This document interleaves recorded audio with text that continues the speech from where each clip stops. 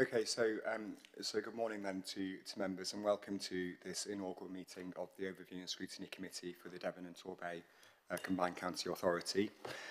We have a number of items on the agenda to work through. The first one is the independent chair of the Overview and Scrutiny Committee.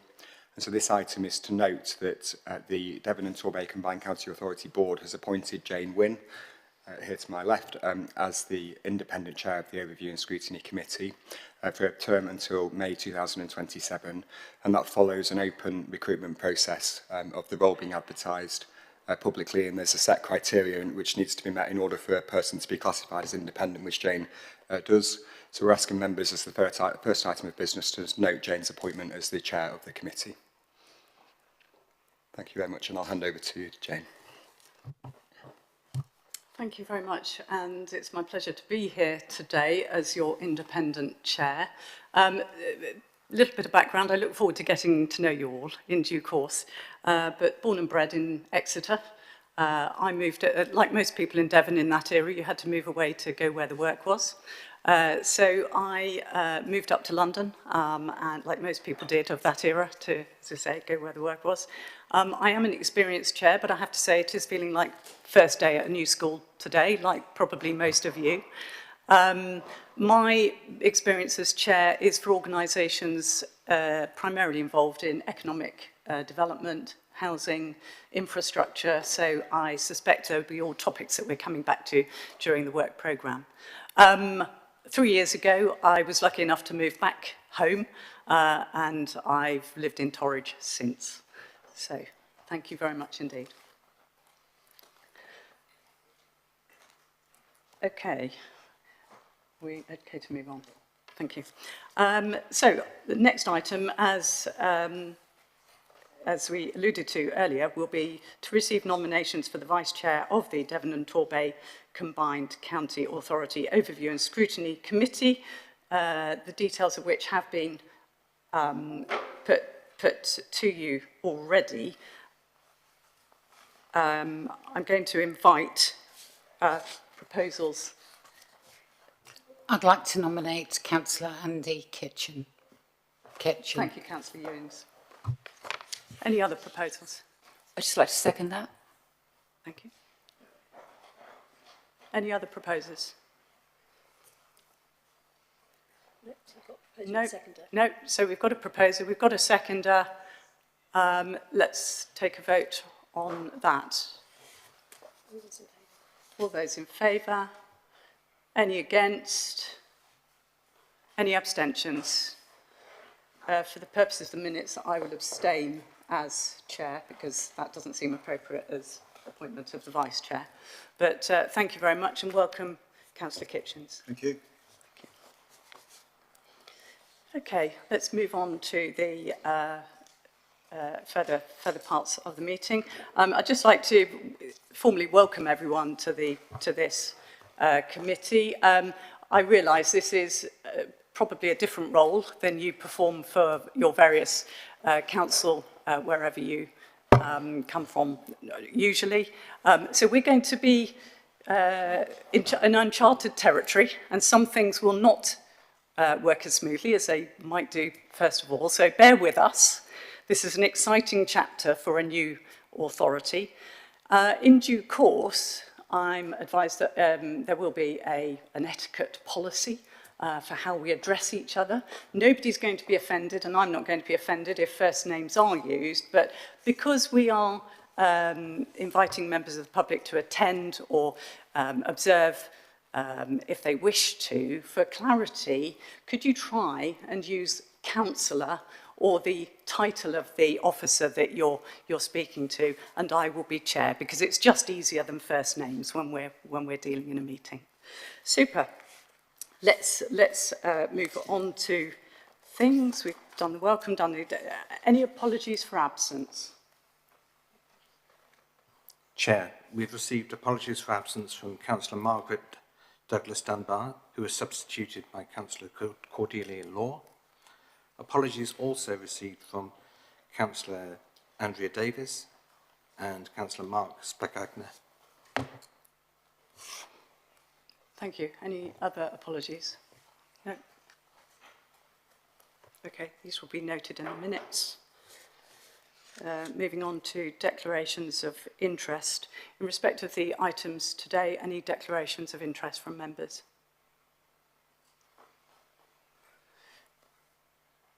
No?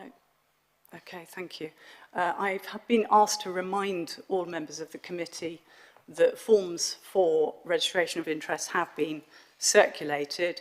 If you are yet to get yours back, could you do so as soon as possible, but no later than 27th of June, please? Thank you. Okay, moving on to next item on the agenda. There are a number of things we need to do today as a new committee just to set ourselves up for the future. So the first item that we're really going to look at is the membership in terms of reference. Could I ask the monitoring officer just to, and I think particularly as we are in this first meeting, it's important for the trust and confidence of the communities that we represent, just to be really clear on what the constitution or the terms of reference of this committee is, if you don't mind. Thank you. So thank you, Madam Chair. Just to confirm, it is actually Mr. Anstey, Director of Operations, who's going to lead on this. It does say that in your minutes, but I will support and answer any questions that members may have in that process. Thank you. Great, well, thank you very much. And members, the committee is invited to formally note its membership and adopt its terms of reference as outlined in the DTCCA constitution. The committee comprises of 5 members from Devon County Council, 5 members from Torbay Council, 2 members from the Devon District Councils and an independent chair, as we've alluded to. So the appointments have been made in accordance with the statutory requirements to ensure political balance and independence from the CCA board. And the terms of reference define the committee's role in scrutinising the authority's strategic priorities, policy implementation and financial performance, ensuring that we adhere to transparency and accountability arrangements and secure best value in all of our activities. The terms of reference have been adopted formally by the CCA at its board meeting in March, so they're here for members to note. And just one correction I need to make in Appendix 1 of the report. We have incorrectly listed Councillor Douglas Dunbar and Councillor Tolshard's political parties. They should be swapped around. So we'll make that correction in the minutes to note that they're as they should be. So apologies for that. So the terms of reference to the membership committee is for noting and here for any comment and debate, Madam Chair. Thank you.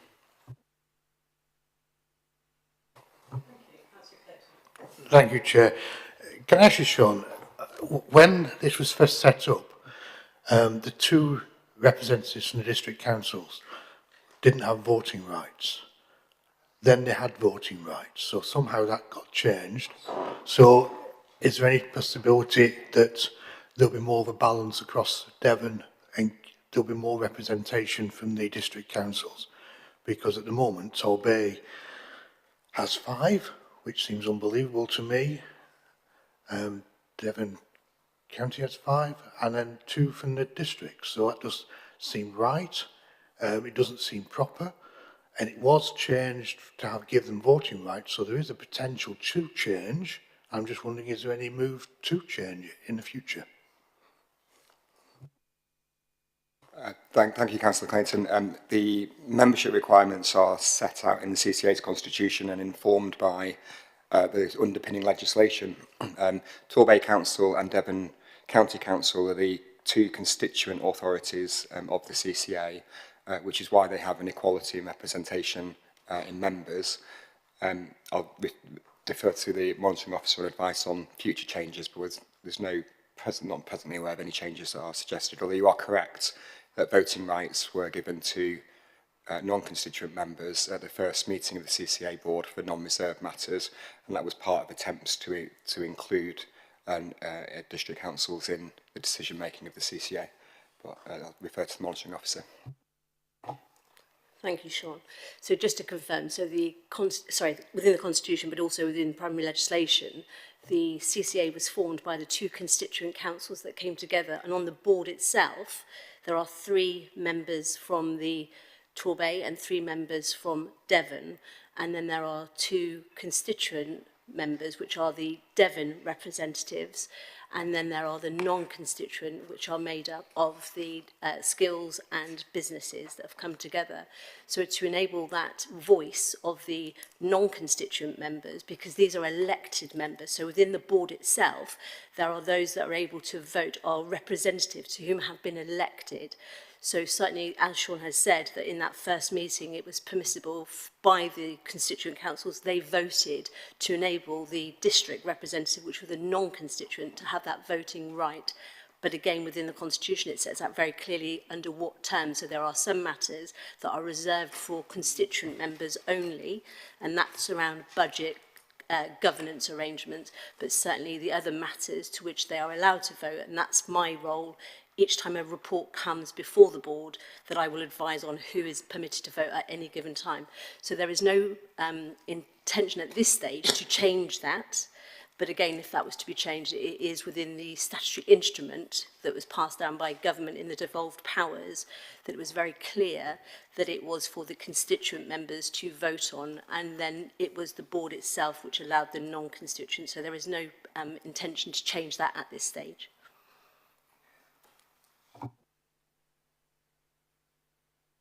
Councillor Law. Thank you and welcome to Torbay, no, to the Combined Authority, and I hope it works out well for you. I'm only a sub, so I'm just a bit curious on that. Is there a list of what these reserved matters are, or will it be on an ad hoc basis?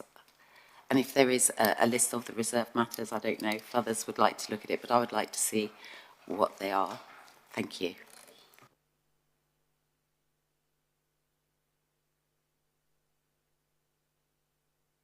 It is set out in the Constitution. I'm just trying to find the particular page reference for you. If you give me 1 moment.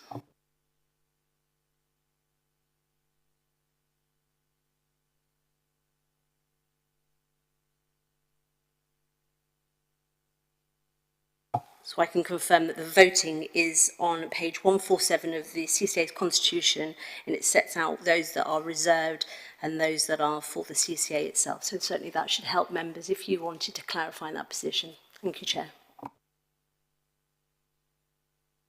I'm so sorry, I can't see your name badge from here because they're all facing each other. And that's testing the eyesight as well, isn't it? Is that Councillor Brooke? Thank you. Thank you, Chair. I'm a bit challenged on distance there for reading with these glasses on. I just wanted quickly to ask, how far ahead are we on the, we're ensuring a wider relevant partners are represented effectively on the ONS committee, so like education, where are we on that? Councillor Brooke, there's no requirement for partners to be to sit on the committee, but we will want to make sure that as we progress the work programme of the CCA, that this committee is able to question partners on the work that we undertake, whether it's in relation to transport, adult skills and other policy areas. One of the reasons why we put on the agenda today the adult skills and employment programmes was to start that. And so Mr Adams is here as Head of Skills for Devon County Council. And as we develop the work programme, we'll make sure that if members want to question particular partners or have presentations from them, that we build that into the work programme and we can have that discussion at future committee meetings. So what I'm inferring from what you said, Sean, there is rather than effectively on the ONS committee, effectively in front of the ONS committee. Okay, thank you. Yes, Councillor, I think that's an interesting nuance, is that it would be for the committee to be able to draw on those resources, but they don't actually sit as part of that committee. Thank you. Okay, I think that was a useful discussion, and thank you to the monitoring officer for taking us through some of that detail. I'm not seeing any other comments at the moment, so I'm going to suggest that we move to vote on those terms of reference. I'd like to speak to the terms of reference and suggest a comment on them. Thank you, Councillor Kitchens. Please carry on. The terms of reference talk about the work programme. The work programme will be key to what we can achieve as a scrutiny committee. Everyone who's been on scrutiny before understands that. The terms of reference say that to give notice to put something on the Scrutiny Committee's work programme, it's required that notice is given to the Chief Executive of the CCA. It does describe in that paragraph, which is the bottom of page 7, or it suggests that the Chief Executive has no role other than a perfunctory sort of role to collect or be a conduit, but I just want it confirmed that the Chief Executive has no role in filtering requests, no role in adapting requests. It's purely a coordinative role. I think I would be very concerned if the terms of reference suggested the Chief Executive of the CCA has a role in potentially stymieing or steering the Scrutiny Committee for which they are Chief Exec. So, Chair, if I can assist you in that matter, that is absolutely correct, Councillor Kitchen, that it is for the Chief Executive to receive, and then it is a matter for the board to whether or not to add to that work programme thereafter. Councillor Ewings. Having chaired owners committees for many years, I've always dealt with it as the end of this meeting is that the Director of Operations, or in my case it was the Deputy Chief Exec, was my lead officer, that we as a group used to discuss every meeting, at the end of the meeting, what is coming up, and if we want to change, adapt, whatever. And I'm assuming that's what Mr. Anstey is looking at, that we are able to do going forward. Thank you, Councillor Ewings. And just coming back on Councillor Ketchin's point as well, further on in the agenda, obviously, we do talk about the work programme in detail, and I think that's the opportunity that that will be captured. And then coming back to your point, Councillor Ketchin, is I think this committee would spot fairly quickly if there was a divergence from what we had talked about in committee as being something that was on the work programme or not, and it didn't actually follow through. So I'm confident this committee will capture that. Councillor Mitchell. Thank you, Chair. Could I just ask a question for clarification on page 8 of call-in procedures? It appears to state that call-in can only take place with 5 members from 2 constituent councils. I assume the constituent councils in that case, because it's capitalised, on Devon County Council and Torbay. So that means even though they're voting members of this district council, members are not entitled to partake in a call-in procedure. It seems slightly unfair, to say the least. So just to confirm, Chair, that it is at least 5 members of the constituent councils that must then vote for that call-in. And there is certainly some work for me to do on the call-in procedure itself, because it's not tight enough, and so from a technical legal point I need to review that in of itself. So that's something I will do in consultation with yourself, Chair, and bring back to the board. But yes, it is only the 5 or more members of the constituent councils that can call the call-in. Just for clarification, is that as it is written at the moment, or could it be altered to effect that any member of this committee, 5 members of this committee, can effect a call-in rather than just the constituent 2 authorities? So, Chair, that's a matter for this particular committee, but as it stands, it is the constituent councils that are 5 or more members. Okay, thank you, Councillor Mitchell. We've noted that. Councillor Ewings. This was discussed, the call-in procedure, at the last full CCA meeting, when I raised that it's very difficult to have a call-in procedure that is statutorily, I think it's 5 days for this committee. So you've had your CCA meeting and there's only 5 days to call in. But how many of us are going to be at the CCA meeting to know that something should be called in? And I did bring this up at the CCA meeting because it is a bit difficult. I have been to both meetings so far, but will I go to every single one? I don't know. You know, I do sort of have a life. But to me, I take my roles and responsibilities seriously. So I will endeavour to be at those meetings, but it's how do other people feel when they're not at a meeting? You've got 5 days to call something in, and we could easily just miss something because we're not aware of it. So, Chair, if I may, so it's to confirm that it's 5 working days from the date the decision is published. So on that basis, that absolutely it's incumbent upon all members of the Overview and Scrutiny to ensure that they are looking out for that, to ensure that you're within that 5-day period. But it is 5 days from the date in which it was published. So, Sean, I don't know if you want to add anything further to that. Just to add, Chair, that the CCA is procuring its committee management system that will make sure that members are notified of the meetings of the CCA board and the decisions that it's making, so that members can be informed of the decisions that you may or may not wish to call in.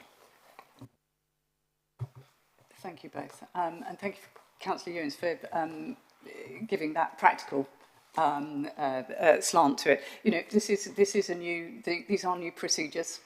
We're testing them as we go. Again, I think there are some experienced people on this committee that are very useful to the officer and executive team to be able to make sure that it works seamlessly in the interests of everyone. So thank you very much for anybody's observations. Okay. Has everybody managed to say their bit as they wanted to? Okay, let's move to vote on the terms of reference. Those in favour of the terms of reference as Second it, because you haven't got a second. Sorry, thank you very much, Councillor Ewens. Thank you for seconding it. Super. Any against? No.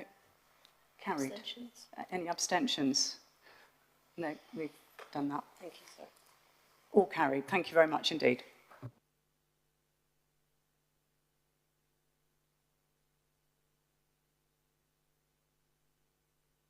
We're now moving on to the more substantive parts of the agenda. The DTCCA revenue and capital outturn for 2024-25. I believe Sean is going to take us through this in the absence of the Section 73 officer. Thank you, Sean. So can I just to confirm, members, the Section 73 officer is your equivalent to the Section 151 of a constituent council. Thank you. So thank you very much. So members, the Finance Outturn Report provides a comprehensive overview of the CCA's financial performance in its period of inception between the 5th of February 2025 and the end of the financial year, 31st of March 2025. We reported to the Audit and Governance Committee last week that we've received dispensation that the CCA does not need to file accounts for the period of February and March. That would be a very short period for us to file accounts, so we'll file 14 months accounts at the end of this present financial year to cover that period. And the key highlights of the report include a core team underspend of just over £12,000, total costs of £25,272 against a forecast of £37,389. There is interest income that was significantly exceeded our expectations and contributes to a surplus of £122,612. And that generally is correlated to the £16 million capital programme and the payments that we made to authorities that were successful in receiving funds from that. Operational funding for programmes such as Connect to Work and the Adult Skills Fund have been received and are being carried forward to 25-26. There are 4 ways in which the CCA is funded, either directly through core programme funding for programmes that it's responsible for, from interest earning opportunities, from management fees where we're able to top slice them where it's appropriate and permitted, and then finally any remaining costs fall on the 2 upper tier constituent authorities. As the CCA develops its work programme throughout the year, we are expecting significant capital funds to flow through the combined county authority, and we'll bring forecasts to this committee so that you can see the programmes that we're responsible for, and that will include things, for example, as the CCA operates as a local transport authority, as I've alluded to, employment and skills programmes, any revenue funding that may or may not be available from Homes England. There's a huge amount that's still being clarified as we go through this, but we'll make sure that members are informed. And just to say that from the comprehensive spending review that government published last week, that's now set the resource envelope limits for departments and officers are engaging with officials across government to understand the application of those funds and the role that the CCA will play in that. And again, we'll bring further reports to members once there's clarity known over the weeks and months ahead.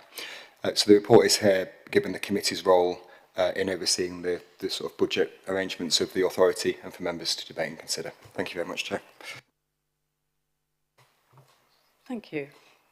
Opening to comments, questions. Councillor Mitchell. Just a general point in regard to this presentation. How might this differ from what will be presented to an audit committee? Councillor Mitchell, I mean, we will bring very similar reports to overview and scrutiny and audit and governance. I think the distinction that we would draw on is that audit and governance have a role in, if you like, the financial accounts and that sort of retrospective look, and will approve the audited accounts once they're submitted. We see overview and scrutiny more management accounts and that sort of forward look as to what the spend will be for the CCA and informing the work programme. So similar, but a slight distinction between the two. So the follow-up, would that mean in your cycle of meetings that one committee would be aware of any determinations made by the other committee, which might, in particular in relation to scrutiny, impact our discussions? The cycle of committee meetings for the year is that audit and governance will always precede scrutiny a week prior. I'd be very happy to share comments from audit and governance if they're relevant.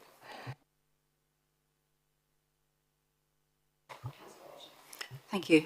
On page 13, there's reference to the Local Enterprise Partnership legacy activity. At some time ago, I was very interested in what the local LEP and the Heart of South West was up to, because they received a lot of government funding into this area.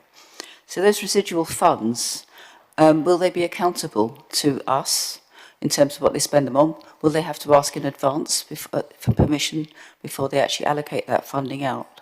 And is that funding likely to remain under sort of what they want to do in Plymouth, and particularly the Plymouth Freeport, or will it be more widely available for enterprise opportunities, maybe new apprenticeships across the county?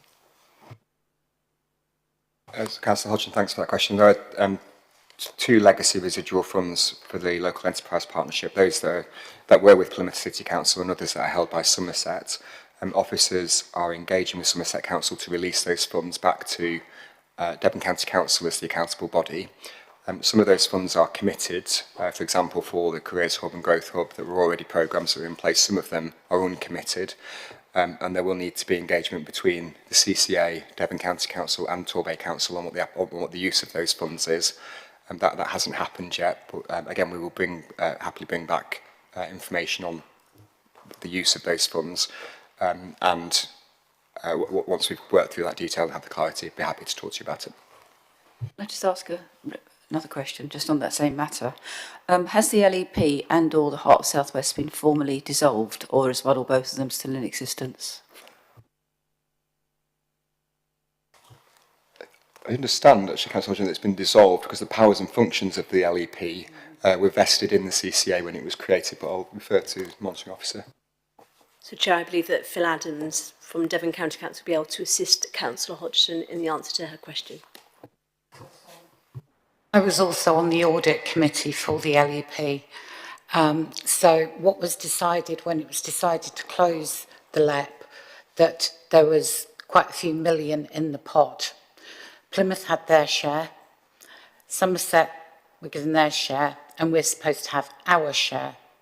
There were some commitments to projects, but there was a substantial amount of money that wasn't, and it should be coming our way. And I'm rather disappointed that I think I attended my last meeting in about 2023 of the closure of the LEP, and we were almost, right at the end, because we were the audit committee for the LEP. So we allocated where funds went. I can't remember how much the money was, but I know that it was a substantial amount that should be going to the relevant authorities. There was a big project in Somerset that was committed to, that was due to start, and that took up some of their share of the funding. But you're quite right, it should be back with us. Thank you. Can I bring in Phil Adams, who we'll see more substantially in a moment in the meeting, but can I bring you in on that point? Yeah, thank you, Chair. Yeah, as part of the group that's been involved in the closure of the LEP, yes, the LEP has been formally closed now, and actually the company has been wrapped up, which led to the final audit meeting. As Councillor Ewing has set out, the balances, because of the way that the local enterprise partnership was set up, I think members may be aware, Somerset County Council, as Mr Anstey said, was the accountable body for all residual funds. We are in a process as the 4 councils on negotiating the legacy funds which are held by Somerset County Council. There are very clear balances that were set out through actually the government closure process. The reason for the slight delay is there needs to be a formal legal mechanism for passing those funds to us as the 3 authorities, and we've been working through that process over the last few weeks. We are hoping it is not going to be too much longer. Just in terms of the allocations that are within there, there is, as Mr Anstey said, a programme of activity that was passed to us by the local enterprise partnerships. Most of that was contractual activity around programmes that we are just finishing on behalf of the previous body, quite a lot related to skills, which is one of the reasons why I'm unfortunately a little bit too embedded in it. But there is also a range of revenue and capital balances which have not been spent, which will pass to the CCA and the local authorities dependent on the nature of the balance, and we are just working through that. We would beg members' patience on that. Unpicking the local enterprise partnerships was a work of years, to be honest, and I think every area has found it an interesting process to move from one to the other. There will be more details over the next few months. Thank you, that's very helpful. I'm sure we empathise in terms of being able to transition from one to the other.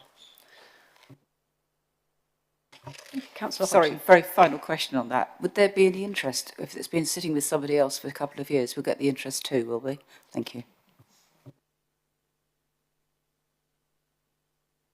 Okay. May I ask a question on the paper, Yes. please? I'm disappointed, although I know Mr Anstey was quite happy with the interest that had been raised, but in Treasury management terms, when authorities were earning 5% interest, this, when we saw it at the first CCA meeting, was only at about 1%, and I'd like to know who's dealing with the financial Treasury management programme, who's holding the funds for that, and who allocates, etc., what we're putting into it.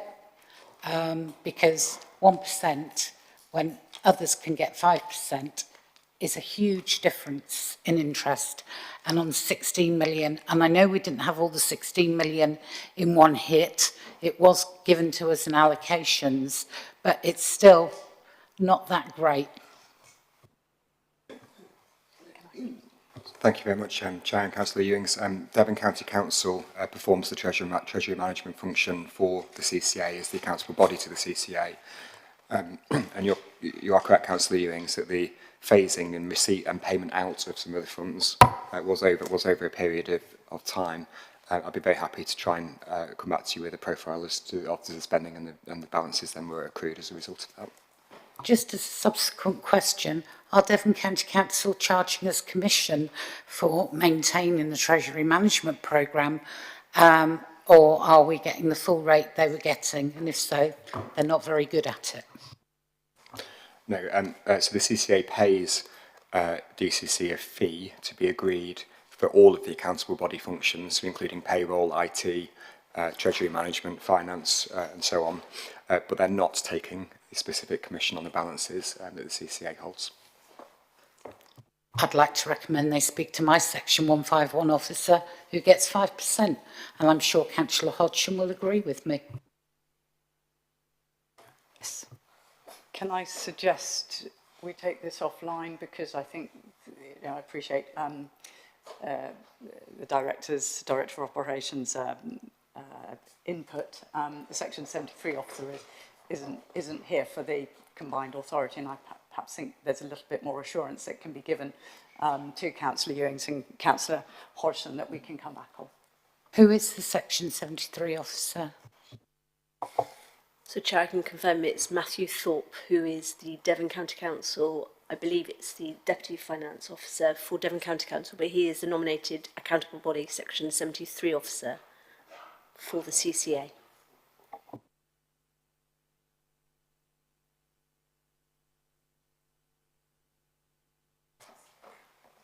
Councillor Ewings, are you finished on that topic? Super, thank you. Any other comments on the report?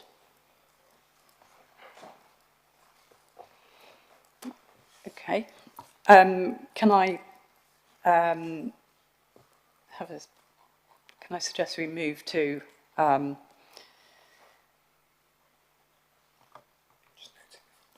was just going to say, I don't think there was anything coming out in terms of summing up.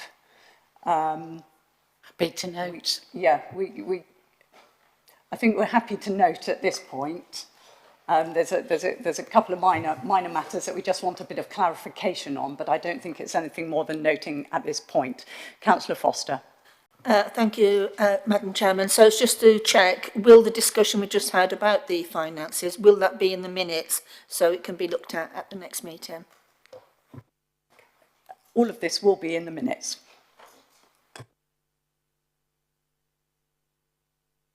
Chair, for the minute, does the committee just want to note that clarification will be sought on the Treasury management of the LEP funding and the level of rate of interest and the management of those funds? Thank you for playing that back to the committee. I'm certainly fine with that. I'm looking for nods or informal nods. Okay, right. So on the basis that we're happy with what's just been played back to us, can we move to vote to note the conclusions, recommendations and the report that has been tabled to us? Those in favour? Those against? Any abstentions? No, everyone's voted. Okay, carried, thank you.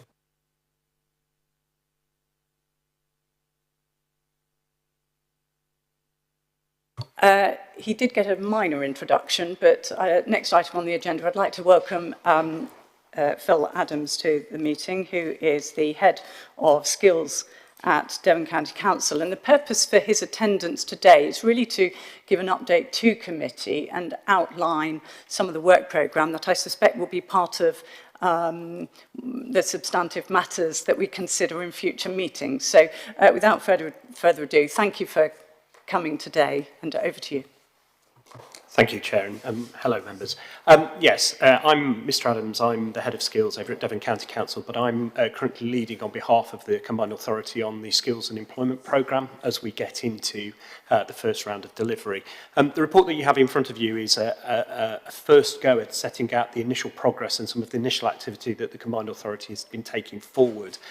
This is a new area of work and obviously a new body, but it builds on several years of Devon, Torbay, leading on skills and employment activity across the peninsula. It's just that the Combined Authority will now be taking on some of those responsibilities. It's also in the context of a growing role for Combined Authorities around skills and employment around the country. Increasingly, government is using Combined Authorities and statutory authorities as their preferred mechanism for delivering skills and employment, DWP, DFE in particular. This report in front of you as well comes on the back of the formation of the formal governance within the Combined Authority around skills and employment. So we actually have a separate skills and employment advisory group. It's not mentioned in the report, but I felt that members should probably be aware, which includes a representation from the business community, the colleges, the university sector, the VCSE sector and our schools, which will underpin and sort of provides that assurance on that side of the house around some of the activity. But for today, as set out, this is an initial report. It's really to give members a feel for the 4 or 5 core areas of activity coming through over the next 18 months. There are 3 large programmes that we are currently working on. So the first of those is the Adult Skills Fund programme.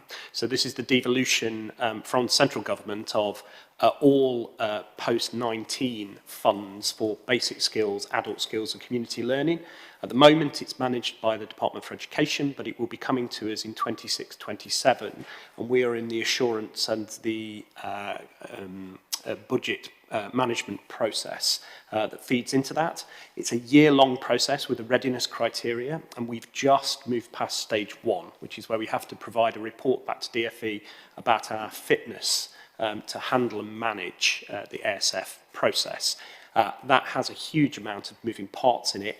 Most of it is around simple things like, have we got health and safety, procurement, and other kind of regulatory frameworks in which we operate, which will frame the way that we take this forward, but about providing assurance to partners and members and actually the wider community that we are a fit body to manage what is a fairly hefty fund. Linked to that, we're also in the middle of a preparation of a skills strategy, which will set out the investment criteria and some of the needs and opportunities that we've got across the county combined authority area, combined county authority area. That is a data-led piece of work that we're doing with the University of Exeter. It sets out our sort of skills landscape and the needs of the community, building on a number of things that we've all been involved in over the years in terms of recognising our strengths and weaknesses. But the idea is that that document will frame then how we invest. And to give you a feel of some of the things that are already coming through, no surprise, there are distinct hotspots around geography on skills need and employment need. There are distinct protected characteristics groups that are coming through that evidence base that are in need of additional support that governments at the moment skirt over.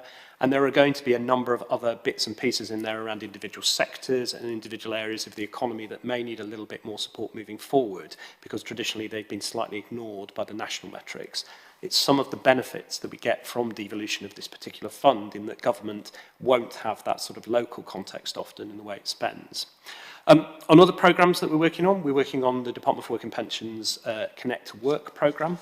This is devolution of around £7 million a year to Plymouth, Torbay and Devon. So in this case, we're working with Plymouth partners on it as well.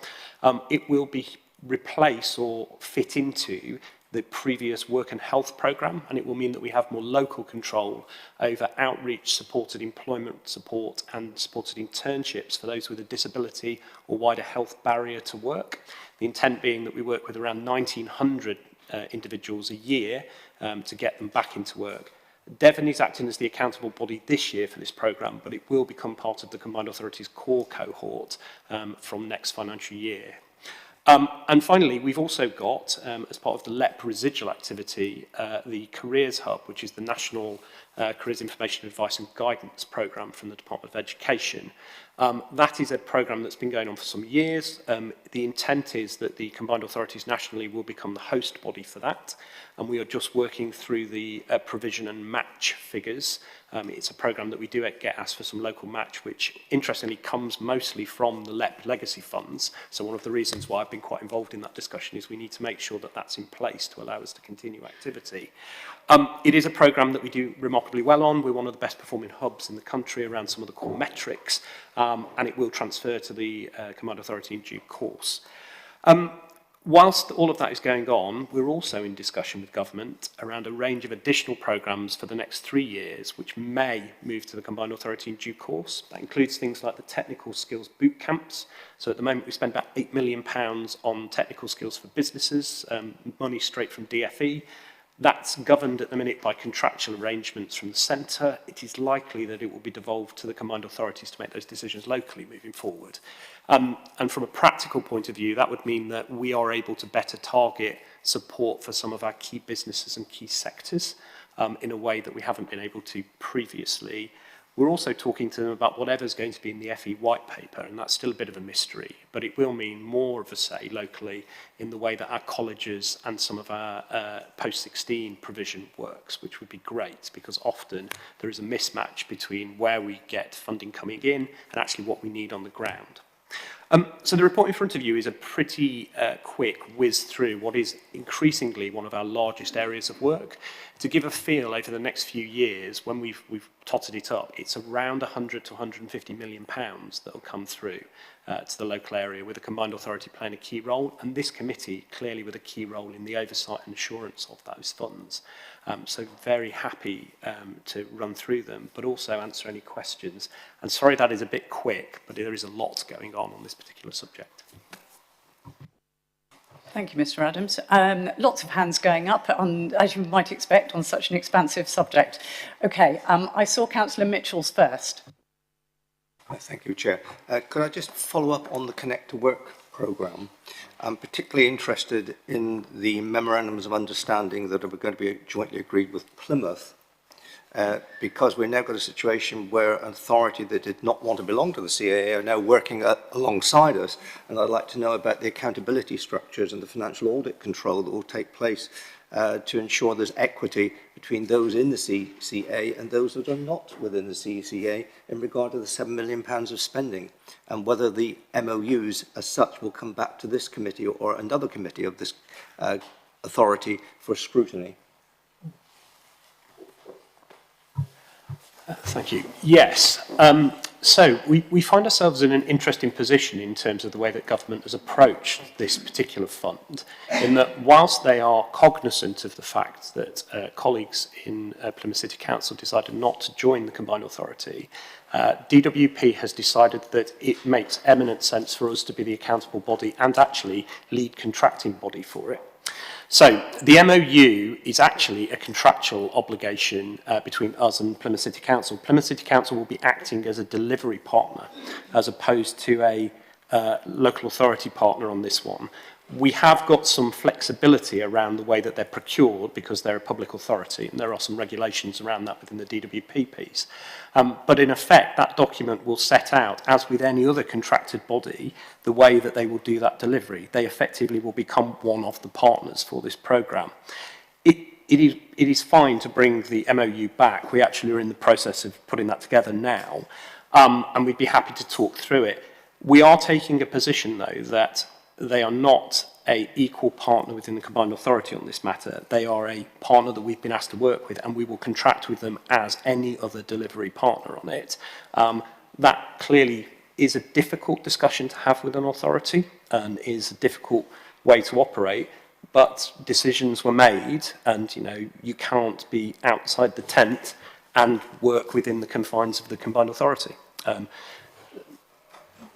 Just a follow-up to that, I think it's particularly important to know about the role of scrutiny, because are we getting a situation where a scrutiny committee in Plymouth can scrutinise what is happening in Devon and Torbay, and equally this committee have discussions about the way the Plymouth Authority operates its part of the contract, and I think that needs to be clarified at a very early stage and will be included in the Memorandum of Understanding. So my understanding as it currently stands is no, Plymouth will not be able to scrutinise the Devon and Torbay element because they are not a delivery body. They are not part of the accountable body or the management body for the contract. They're just a delivery partner. Members in line with their rights will be able to call in Plymouth their own element of the contract, and as with any other activity that we take as an authority, but only this body and DCC as the accountable body will have the right to call in the whole programme because we are ultimately the holders of that core contract. So can I just confirm, members, that that is the position, that it is for this board to call in the whole contract? And I just wanted to confirm also, so whilst Plymouth have chosen not to become part of the CCA, that door does remain open should they change their mind and want to join thereafter. But for the purpose of your question, Councillor Mitchell, that they are not the accountable body or the management body, they are literally a partner of and their delivery, and as Phil has said, that they themselves can call in their element of it, but not the whole thing. Thank you. Thank you for clarifying that. That was a very, very helpful comment, and it just shows how we all need to be really clear as to which hat we're wearing in which room. Okay, I'm going to go around the room because I think, did I see Councillor Foster? Thank you. Thank you, Madam Chairman. So my question is around item number 9, and it talks about a series of workshops. So I was just wondering if any of them had been held, and so who was attending them, and had they been successful? Thank you, Councillor Foster. Yes, we've held the initial ones. We're actually in the middle of doing them at the moment. So we've held them with VCSE partners, the college partners, the universities. So far, the first round have been more one-to-ones, and they have been successful. We're going through the evidence base that we've got coming forward. Interestingly, the evidence base is showing that there is a huge amount of differential in terms of individual areas, in terms of need. I mean, no surprise, if you're in Torridge, you've got a different set of skills needs that are coming through in those discussions than if you're in Central Exeter or if you're in Torbay. And we're working through some of the comments back. The intent is over the next month and a half that we're going to have a wider set of consultation and also probably some public consultation about the content of the strategy. And then the team at the university and our team at the CCA are pulling that together as we speak to basically feed into the final priorities. I mean, key messages coming forward is people want more flexible support. They want more flexible learning. They want the ability for it to be embedded in their community, and they want it to be more relevant to what they do day to day in their job. That's often the stuff that's coming out. The voluntary community sector in particular, that is one of their biggest concerns, that often it's too Exeter or Plymouth centric. It's not specific enough for the communities that they're working with. Thank you, Chairman. Thank you. Okay, coming around. Councillor Brooke. Yes, thank you very much for this update. Two little comments, I suppose. I found it very useful when you're talking about Connect to Work that up to 1,900 people per year are going to be helped as far as we're targeting. Do we have similar, not in that 1,900, but similar with Train for Tomorrow, etc., so we can just start seeing the progress and are we hitting our hopeful key performance indicators? So that's the first question I have, Chair. We do with Train for Tomorrow. We haven't actually got those figures yet. The reason is Train for Tomorrow and Like Connect to Work is a procured service where we go out for best value. So we have got back, and for those of us in the team who've seen it, 124 expressions of interest at the moment, and we are just sifting through and doing the competitive part around what we'll deliver. Once we've got a full schedule there of the successful bids, we'd be happy to bring that schedule back on the KPIs. To give you a feel, last time round we delivered about 2,500 training places. It will be something similar, actually a bit bigger this year. Thank you, that was helpful. The second little point I had was, as we progress forward and we're having reports coming, can I kindly ask that if we've got 4 key programs we're looking at, then those headings are put there and then what we do within those programs? Because I found it, for example, you know, not point 5, you mentioned boot camps and other programs, which actually is linked to the Train for Tomorrow, and it's a bit confused. You're right in it, but we're not fully in it, and it'd be helpful as a layout that we moving forward, if that makes sense. Yes, Councillor Brooke, and I kind of agree. A slight confession on our part, we've modified the SEAG report here, which was their first report. We are learning as we're doing, but we'll pick that up and absolutely we can clarify. Yeah. That's smashing, thank you. Thank you, Councillor Brooke. I know Councillor Ewings wants to come in, but did I see Councillor Hodgson as well? Thank you. Thank you. Yeah, I really, at the time when this came through Devon County Council some months ago, I really welcomed this project. I think it's really good, and it's good to hear where it's going along to, which is very helpful. I think there's one of the things that often is a problem for young people or people who've just kind of not really succeeded very well in normal education and they feel a bit lost in the world, let alone anything else, is that they don't really have an opportunity to talk to a careers officer like you would perhaps at school. And, you know, one of the things that can be done is aptitude tests. And I'm just wondering really if that's being applied, because that can be a really useful, fairly sort of unbiased, straightforward, suddenly opens up, well, have you ever thought of this? That somebody may have not thought of and think that they can't do things, when in fact they have an aptitude and therefore they will probably find they've got a passion and an opportunity to learn really well on something that could take them much higher than they perhaps expect. So I'm just flagging that.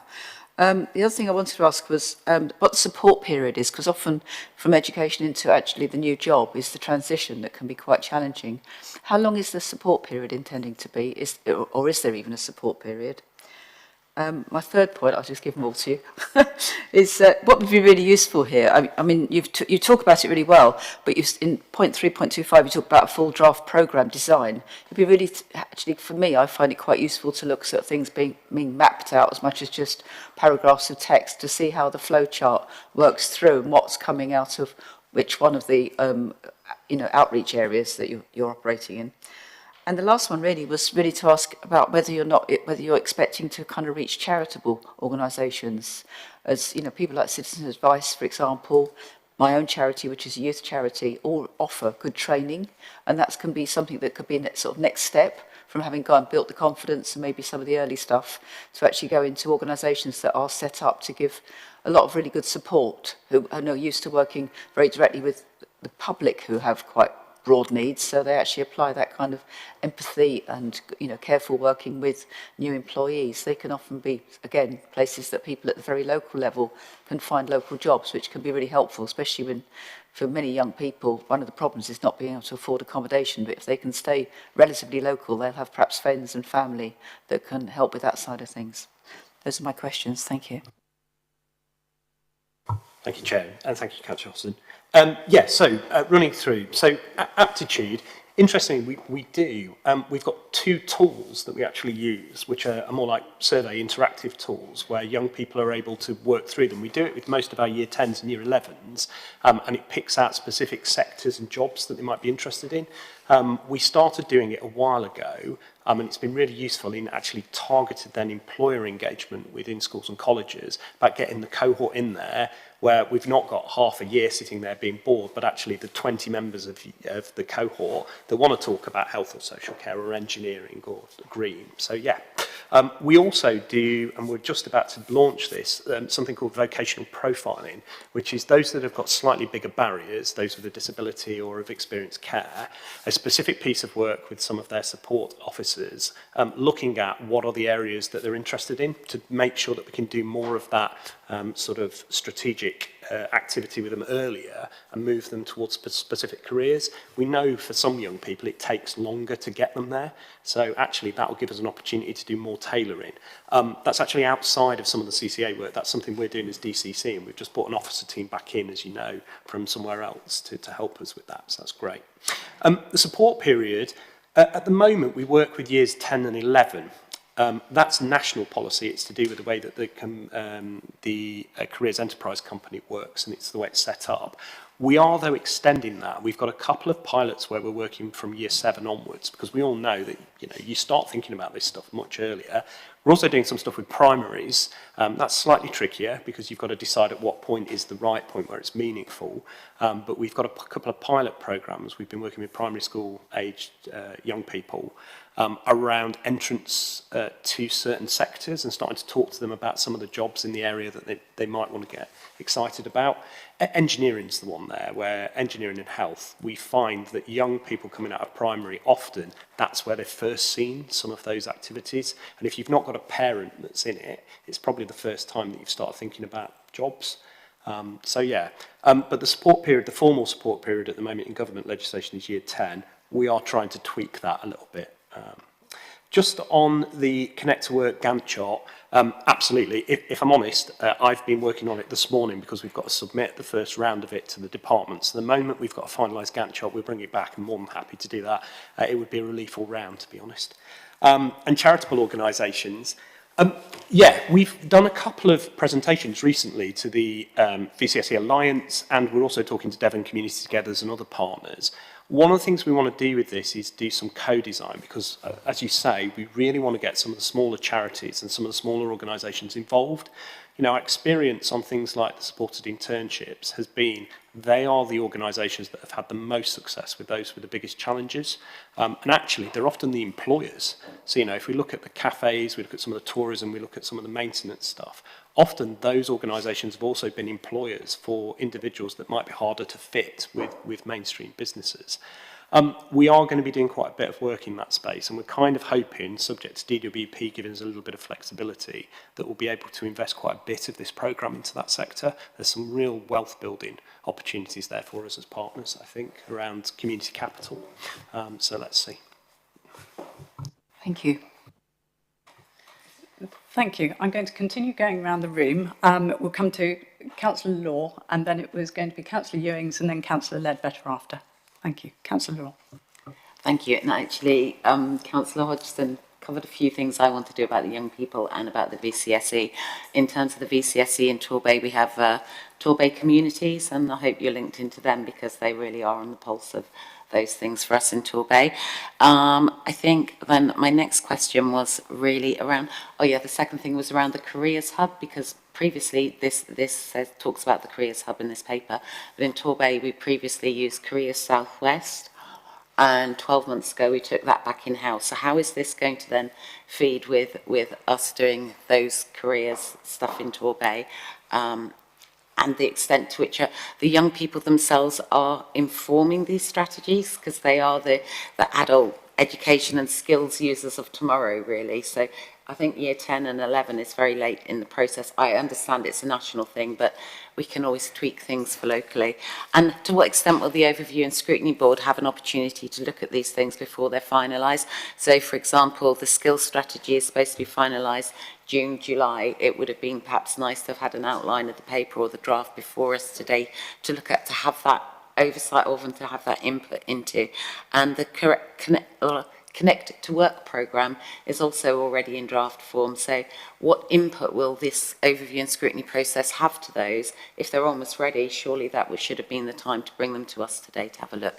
Thank you. Thank you.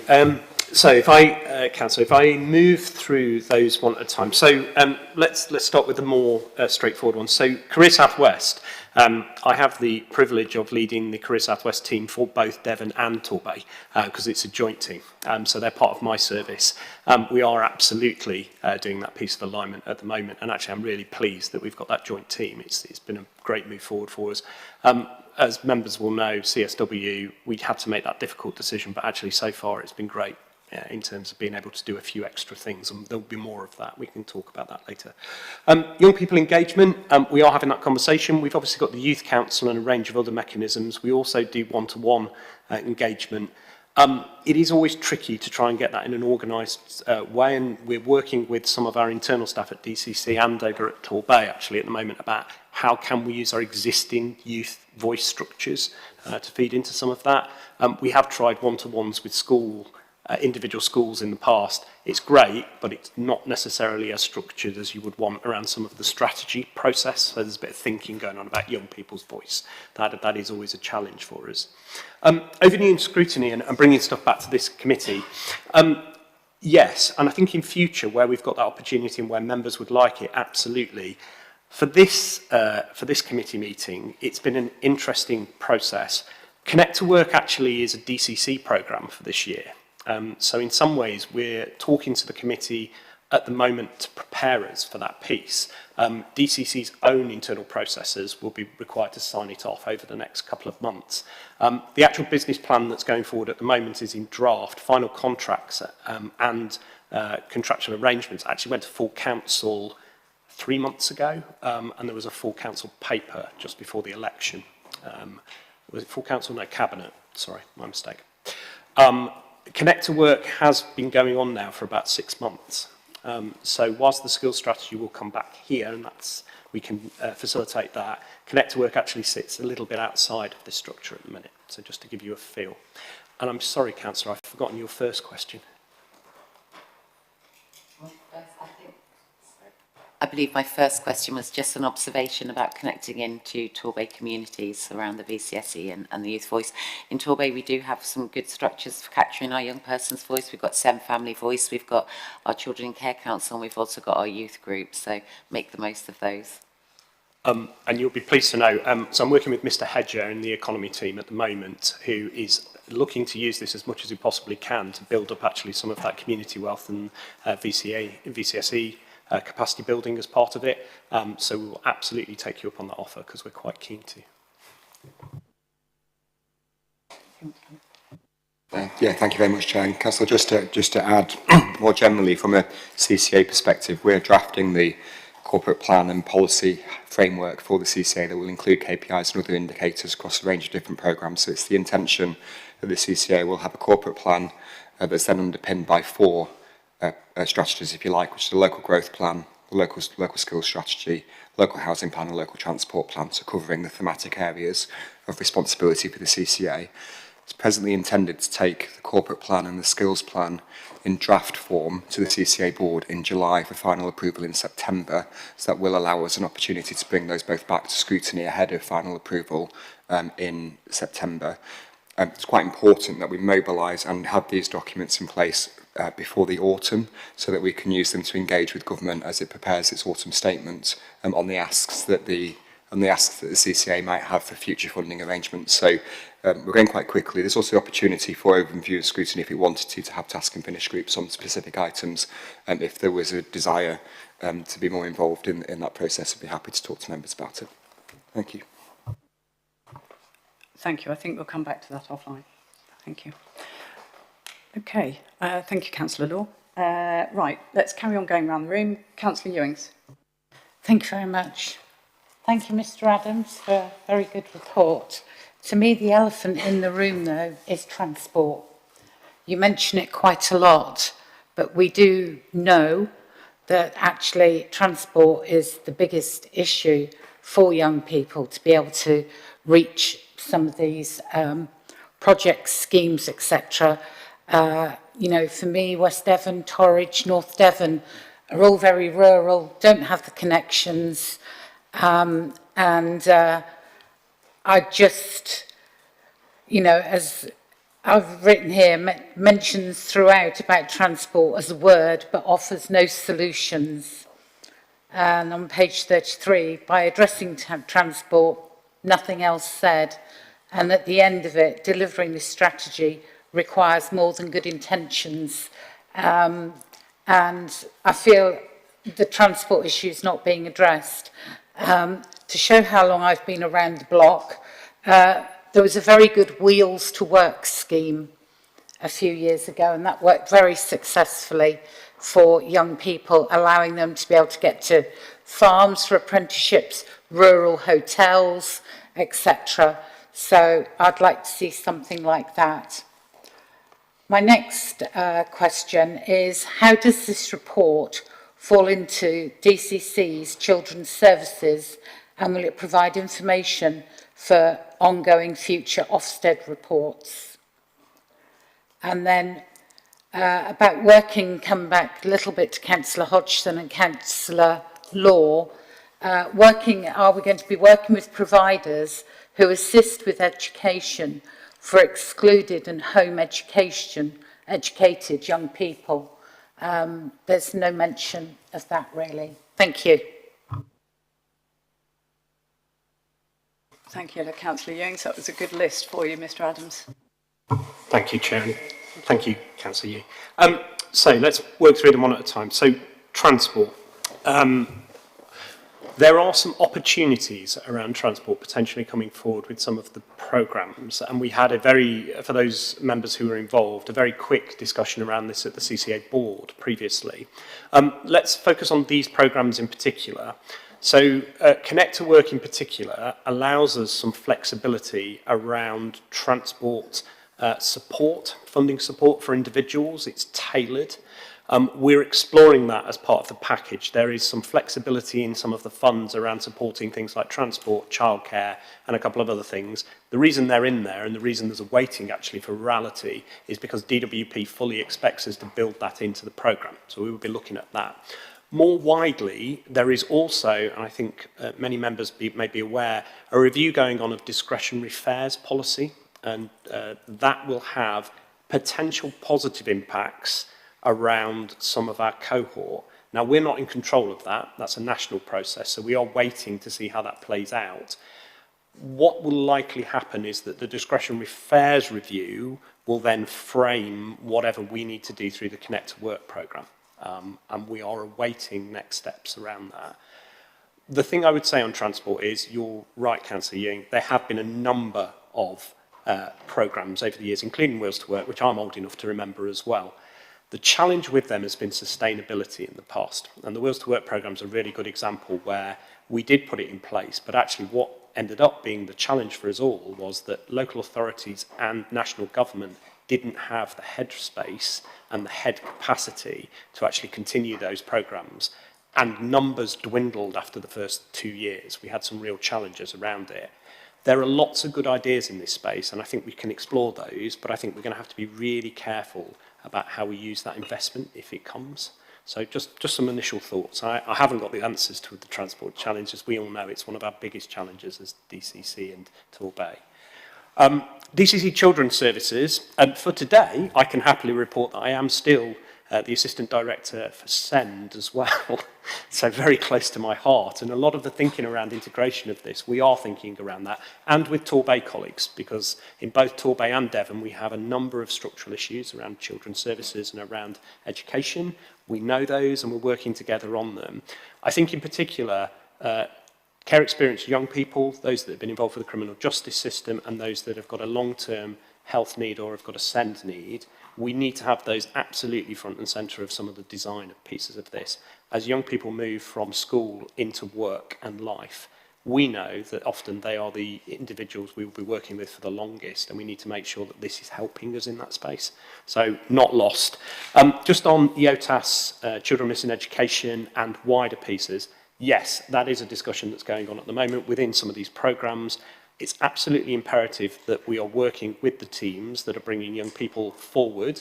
We're getting those young people back into mainstream education where we can, but also where we're not and where they're then becoming adults, we're working with them on that transition, because the hardest thing that we find is young people who've missed education then becoming adults, and we have to help them back through. There are mechanisms through this and Learn Devon and other things that we're already working on where we can do more in that space, and there is some work going on. I'll leave it there because you've covered off 3 of the largest policy areas, and I could talk all day. Thank you, Councillor Ewings.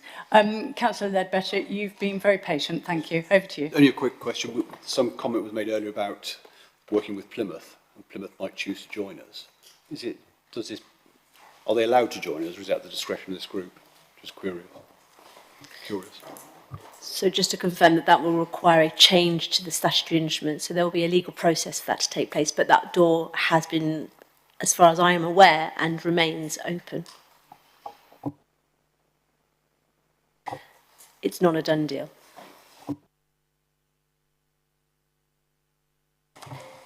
Thank you. Going back to the...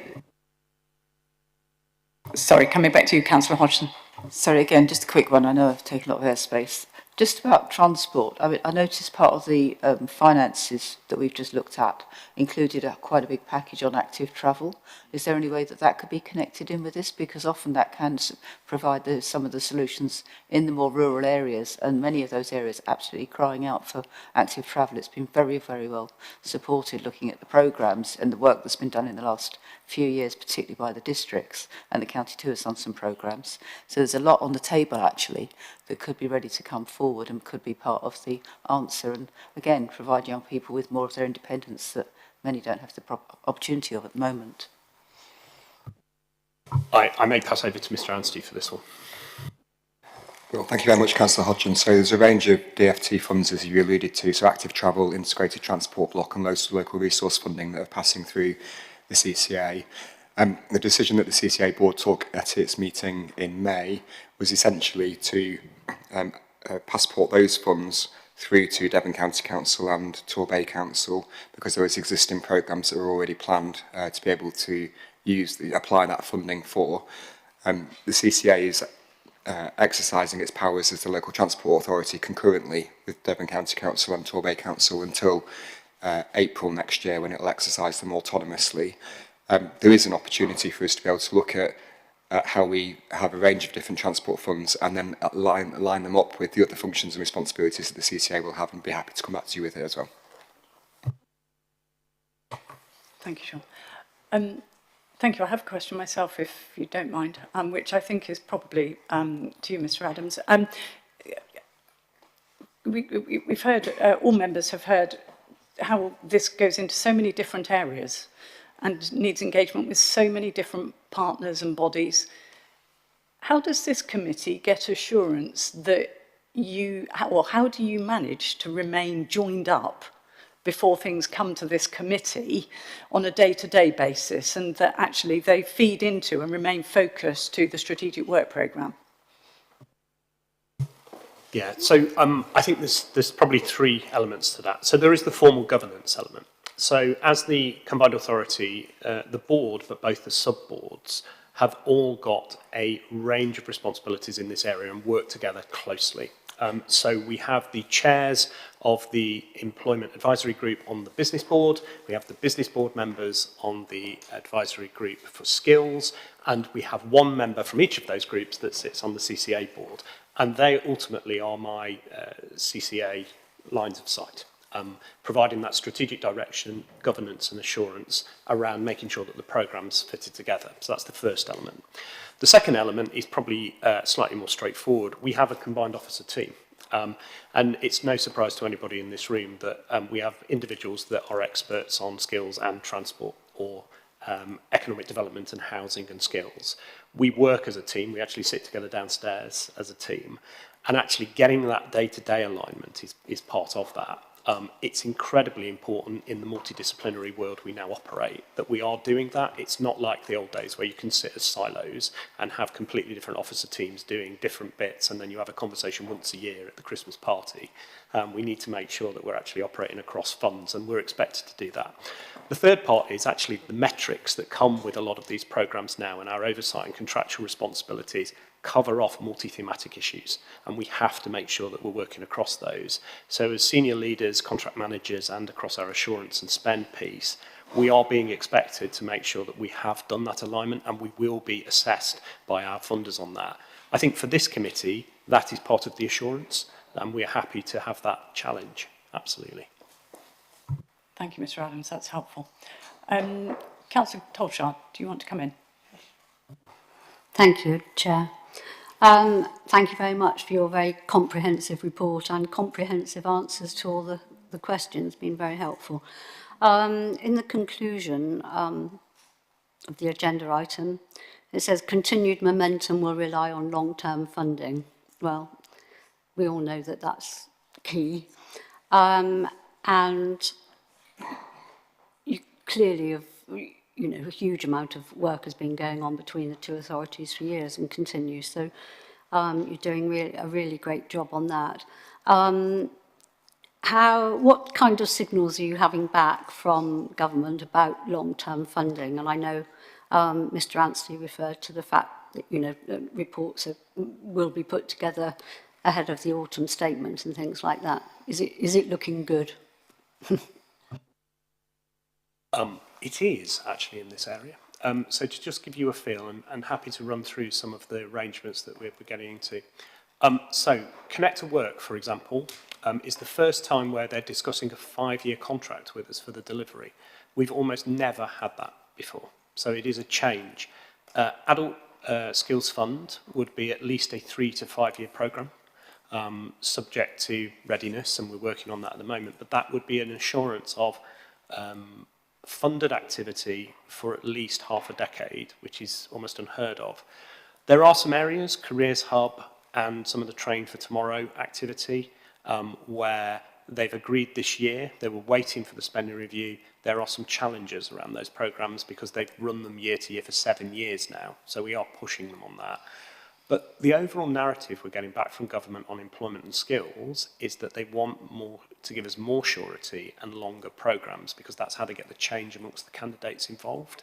I'm feeling optimistic about this area for the first time in about a decade because, as we all know, it has been hand to mouth at times in some of those programmes, and we've got vulnerable people who often will do a year and then the support disappears.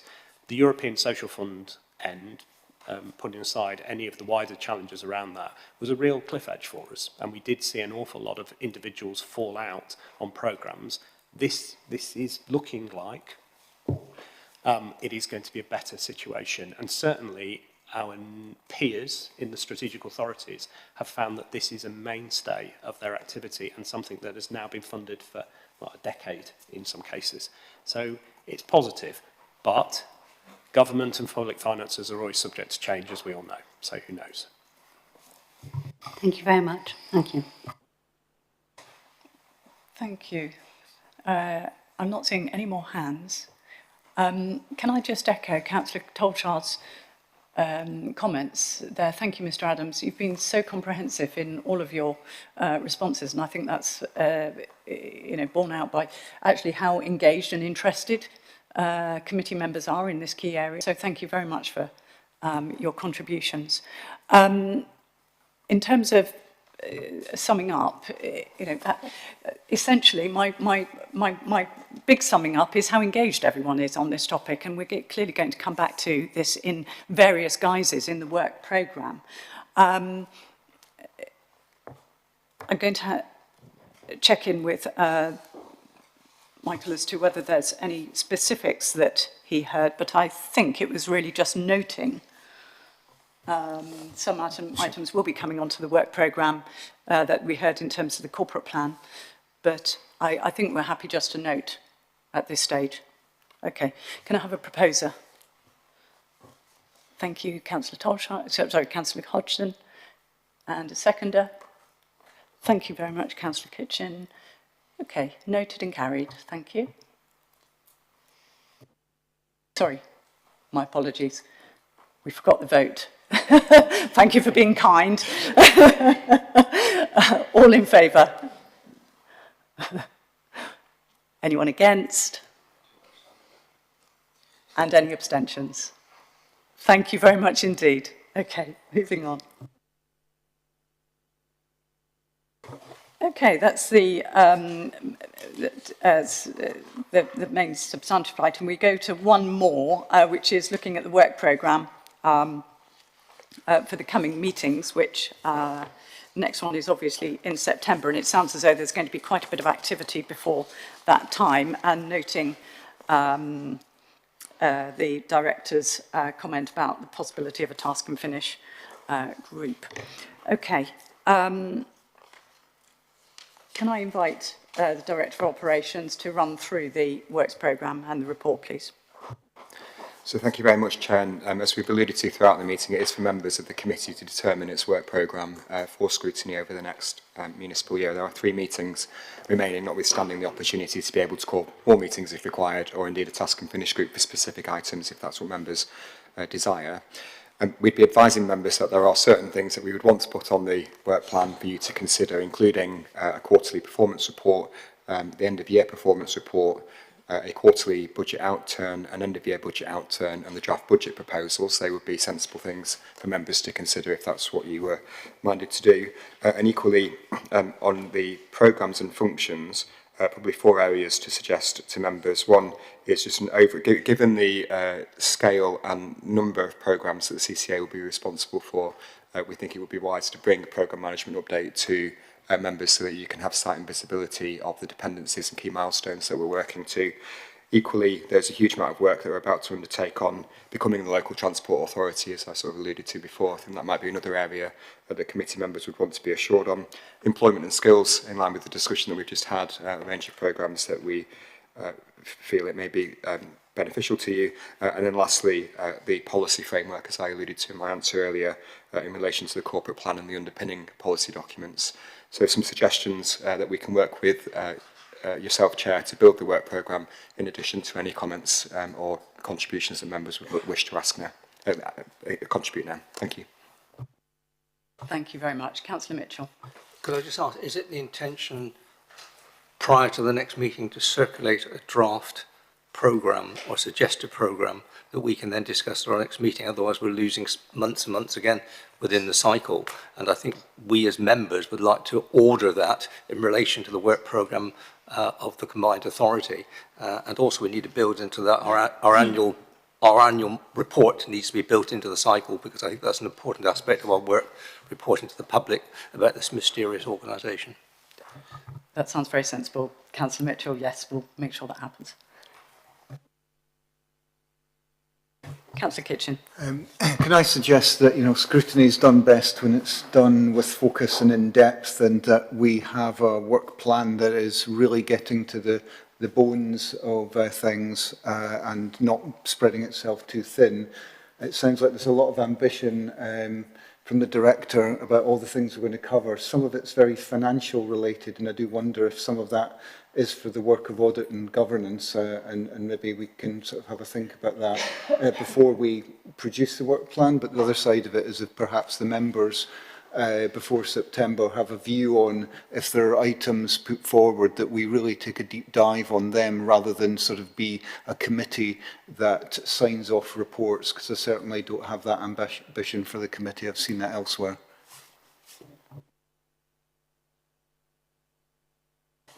Thank you, Councillor Ketchin. I suspect we all echo your desire there. Councillor Law. Thank you. Just a quick one, really. What I noticed wasn't on your list there was around the environmental and net zero targets that we will oversee. Now, I know Devon and Torbay already work together. We have a joint programme around those things. So will we continue looking at those only in our respective authorities, or will that be something, the overall programme, that is kept an eye on here? And how is that envisaged, that interplay? Because obviously, you know, some of these things, you do have your local programmes for it. How is that envisaged, that link between our constituent overview and scrutiny boards or audit committees, depending on what you think, and how that feeds into this one here and back? Where's that, how is that loop created? So thank you very much, Chair and Councillor Law. So there are no specific programmes, functions or powers that relate to climate change and net zero that were vested in the CCA. However, there are clearly activities and, as the local transport authority, we have a clear commitment to reducing our carbon footprint and reporting on that. As we're producing the corporate plan, the design of the corporate plan at the moment is to have, if you like, the vertical thematic areas that the CCA is responsible for: transport, housing, adult skills and employment, and economic development inward investment. And then it will have a range of horizontals, of which climate change and net zero is one. So we'll have a range of performance indicators that run across all of our programmes, so that we can give assurance to members on that the activities that we're taking are conscious of our responsibilities. The individual programmes that constituent authorities run or have programmed for themselves will remain the responsibility for their overview and scrutiny committees to scrutinise. That's straightforward, thank you. Councillor Hodgson. I'm just wondering how much we expect the CCA to be looking at LGR. I know that this obviously we're on a sort of a fairly tight timescale now between now and November, but will that be something that the CCA is going to be having discussions about, or is it leaving it just to the constituent local authorities? So, Chair, if I can just confirm that that is for each individual constituent authority. It's not a matter for the CCA. Thank you. Thank you for that clarity. Councillor Ewings. Just ask a question of clarity around transport. Now, we're lucky enough to have the Cabinet member for transport, although it's not in a job title, but Councillor Hodgson, she's just got climate and biodiversity, no hint of transport. I had to look that one up.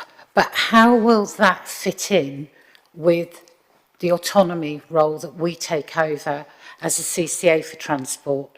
I just need to know where to send people about railways.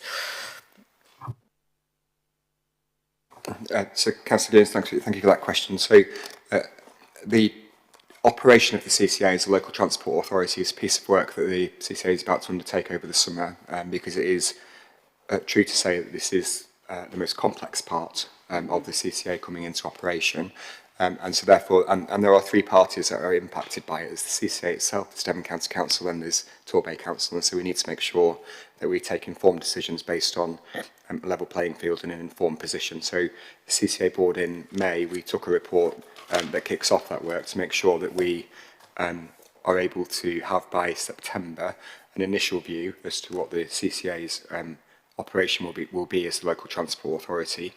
It's slightly complicated because the CCA will not become the highways authority, so the highways functions will remain with the two upper tier constituent authorities, but we will be the transport authority, yet some of those functions are delivered together in upper tier authorities. So there's an understanding piece that we need to go through to be able to answer your question more fully, and I'd be committed to bring back to this committee future transport arrangements so that we can understand them from that position. I'm not too bothered about roads, I'd just like to know railways. I will come back to you, Councillor Ewings, with a response on that. Councillor Brooke. Thank you, Chair. Can I just clarify at this moment in time what you are proposing coming back to us in September? It's my suggestion for members to consider, Councillor Brooke, is that we bring the draft version of the corporate plan and the skills plan, so the skills strategy. They're both documents that we think, well, we've been through in draft form in July at the CCA board, but whether we could then meaningfully have a discussion here. And if we're ready, which I think we will be, probably our initial view on transport. I think they would be the items that I'd be suggesting to members to discuss at that committee. I'm trying to work out how to phrase this.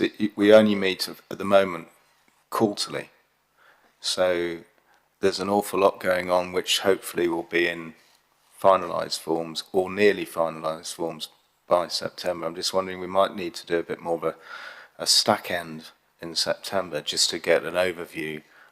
I'm not talking about everything, but like the 4 major areas that we're looking at, there's some kind of overview at that moment in time, because otherwise we're moving into January. So that's just, I'm trying to get a feel of, you know, we talked about key performance indicate, but it's that kind of knowledge I'm wanting to get quite quickly, rather than waiting till January and March next year. So in summary, I agree with what you've said for September, but maybe there's a small item that's just an overview of each major area, just so that might then give us an opportunity to raise questions at that moment in time. Thank you. Yeah, Councillor Brooke, I tend to agree with you. There does seem to be an awful lot of ground to cover in September. And it sounds like from officers that not only are things dynamic, but there's an awful lot that needs to be put in place, which is time sensitive. So I think, I'm interested in members' perspectives as to whether there would be task and finish appeal for any major topics in advance of next September's meeting. Is that something that, Councillor Mitchell, are you coming in on this? Just following up from that point. Can we? Sorry, I just wanted to check in. If it becomes apparent that there's an awful lot to do for the next meeting, would members be able and willing to be involved before then in terms of task and finish operations on specific? I personally wasn't asking about task and finish. It was No, more just, I'm sort of taking it on just to think that there's an awful lot that we need to cover next time. So, Chair, if I can just come in, it may assist members if we provide some briefings. I think as we start to progress through our journey of preparation and delivery, I think that may be better use of members' time is being able to provide those briefings to the board members. This was a point I was trying to make. Another key item will be our forward work programme in September, and it would be useful to have a briefing paper short on all aspects of work of the CA that might come within our orbit. And then, as Councillor Ketchen says, it is up to this committee, knowing your forward work programme, to determine those issues it thinks are of key importance. And I think from there on, it might be at that meeting that we want some task and finish groups on other issues that could run alongside the major work of the committee. But I think that's something we need the briefing paper to do properly in September when we sort our work programme out. Yes, I completely agree, Councillor Mitchell. And I'm hearing implicitly that members have the time and commitment or the appetite to do that if called upon at a future time. So I think that's just what I was trying to suggest at that point. Councillor Ketchen. Can I make a suggestion that the CCA is just finding its feet, and so are we, that things will be more dynamic at the start, that there's more scope to front load scrutiny at the start, and perhaps if it's the will of the committee and we're allowed to, that we meet 2 monthly this year. rather than quarterly, just to allow us to be a little bit more on top of our game, and then perhaps once things have settled in next year, we can go to a quarterly review process, if that's the will of the committee. Just to say, Chair and Councillor Ketchum will take that away and consider it as part of the forward plan for the CCA's work programme. I think, thank you, Councillor Ketchum. You're absolutely right. Things are absolutely front-loaded, and perhaps let's remain in mind that it might not always be that way. So let's as we say, let's take it away and see what needs to be done, particularly in this time before autumn, so that you've got what you need, officers. Okay, Councillor Clayton. Thanks, Chair. With the possibility that's just been raised that we might be meeting more regularly, can I ask where we will be meeting? Is it always going to be here, or are we going to venture around Devon? Councillor Clayton, the plan for the regulatory committees through overview and scrutiny and audit and governance is to alternate between Torbay Town Hall and County Hall. You'll be aware that we take the CCA board to each of the each of the district councils on a proposed cycle, so that we get out to Devon. I mean, again, we can look at locations if there's a desire for members to do that. Yeah, my concern is obviously coming from North Devon. If it's going to be more regular meetings, I would prefer to travel less. I'll pick that up, Chair, with part of the considerations to how frequently we meet and where. Thank you all. Any more comments about the work programme? Any more suggestions? Michael.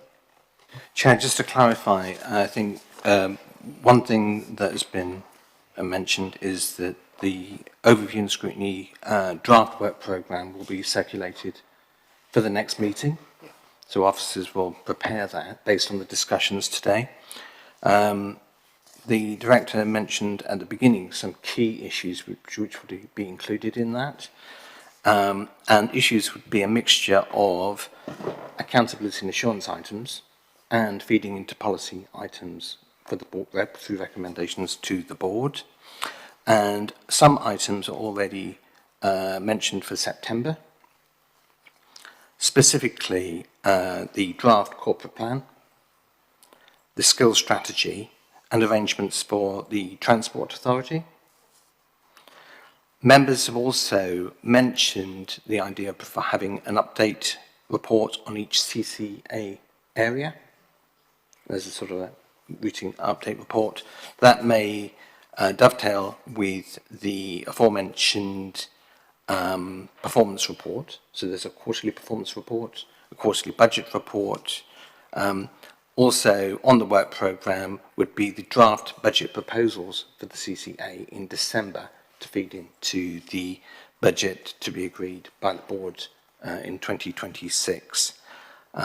So those are the key items I've got from members to be prepared both as reports for the next meeting and also for inclusion on the draft report for sign-off at the next meeting.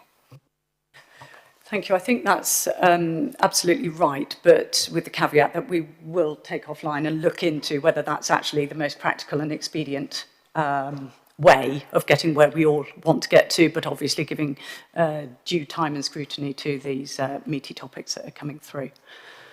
Okay. If there are no further comments on that, I'm going to move that we note all of those, the report and those outcomes. Do I have a proposer?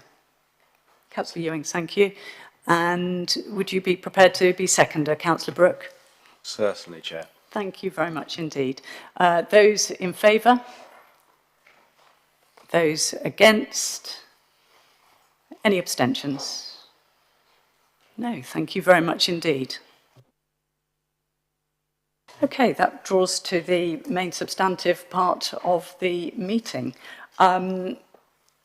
The only thing I have to do at this stage, subject to the caveat that we just talked about in terms of date of next meeting, is to confirm that the next meeting is expected to be on the 15th of September 2025.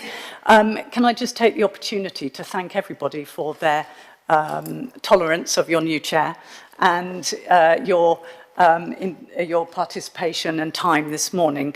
It really brought home the expansive areas that this committee is going to be looking for and how they touch so many areas of this, the communities we serve. So if there are no further matters, I will draw the meeting to a close. Thank you all.